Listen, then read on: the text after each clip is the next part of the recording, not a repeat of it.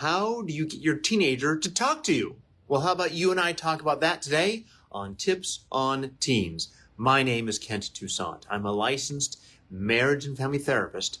I specialize in helping kids, teens, and families to live happier lives. By the way, if you or someone you care for could really benefit from talking to a family therapist, please reach out to us at Teen Therapy Center. Our contact information is down below. Now, let's jump into today's parent-submitted question here on Tips on Teens. My teen doesn't talk to me or my husband, whether we're at the dinner table or on the drive to school or back. How do we communicate better? Thank you for your question. I think a lot of parents can relate to this one. There's a couple ways to look at it. First, you may not need to worry about this if certain conditions are met. For example, has his motivation for school dropped dramatically? If it has, there may be something more going on. If not, and he has some semblance of a social life outside of on a screen, he's engaged in his extracurricular activities, this may be typical, normal, mundane, adolescent pushing away from parents, which is a normal part of human development. If they didn't do this, they'd never leave the house. It's just really uncomfortable and not fun for the parents. Let's assume that there aren't other red flags going on and he's living a typical teenage life. He just thinks you guys are kind of boring and irritating. If that's the case, be patient. It will come around, especially if he used to be engaged with you and used to be connected to you.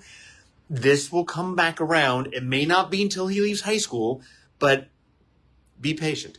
I use this analogy a lot, but teenagers are a lot like feral cats. So you have this feral cat in your backyard. You want to befriend this cat. So you bring the little bowl of food out and you've got it 10 feet away from you and you sit there and you have to be very patient. Because if you chase after this cat wanting to pet the cat is, he's out of there. So you have to be patient and just keep reaching out. Some of the ways you can do that are some boundaries like, hey, when we're at the dinner table, there are no screens, which means you have to follow that rule too. In the car, you may have to have the same boundary of, hey, when we're in the car, there are no screens. We can listen to a podcast or radio, but this is our time to talk. You may not do it every time, but maybe sometimes you initiate this. Maybe there's family game night.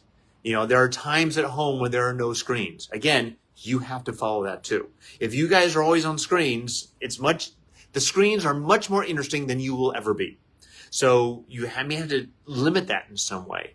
Also, what are his interests? Let's say his interests are anime, but you think anime is stupid and is boring and you don't get it.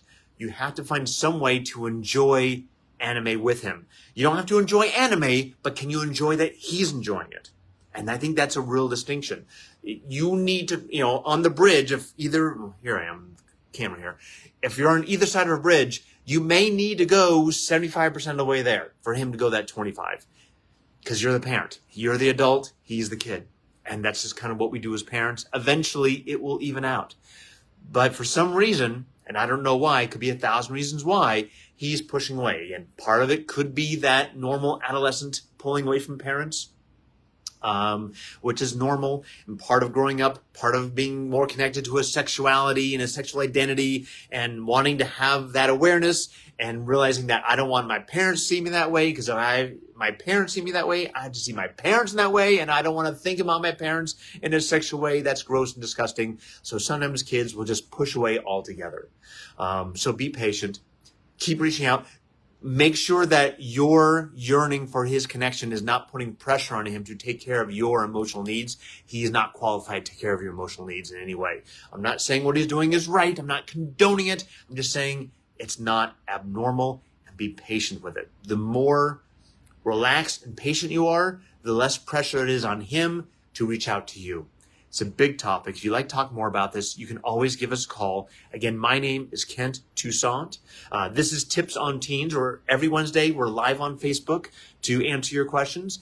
I represent Teen Therapy Center and the nonprofit 501c3 organization, Child and Teen Counseling, both here in Woodland Hills, California. We have therapists for pretty much every budget across both organizations. We'd love to help you if that's something you would like to do.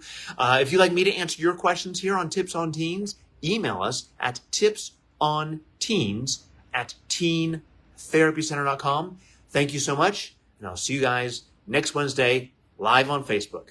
Bye-bye.